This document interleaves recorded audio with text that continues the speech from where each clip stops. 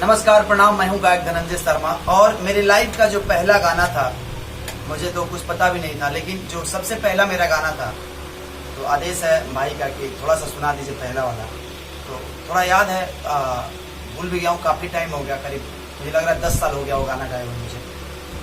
बड़ा प्यारा गीत था कि जब प्यार करे के ना रहे तब प्यार कहे के कैलू तू हर पल तड़पा के प्यार में सनम कहे हमरा के छोड़ी के गैलू तू जब प्यार करे के ना रहे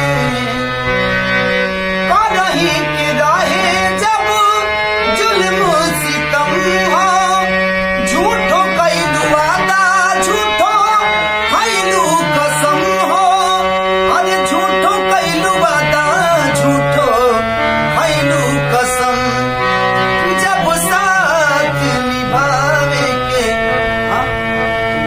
ना रहे तब दिलावा कहे के लगौलू तू जब प्यार करे के ना रहे। अपना हम दिलोगे ना?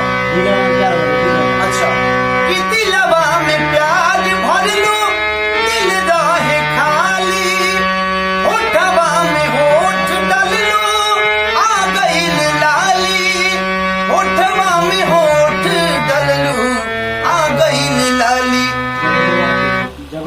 जब डुबा के हंसावे के ना रहे तब हम के कहे के रोवलू तू जब प्यार करे के ना रहे।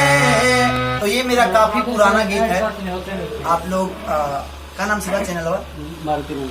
मारुति नंदन जी के ऑफिशियल चैनल है, तो इस पे आप लोग सुन सकते हैं वीडियो और लाइक कमेंट शेयर जरूर करना।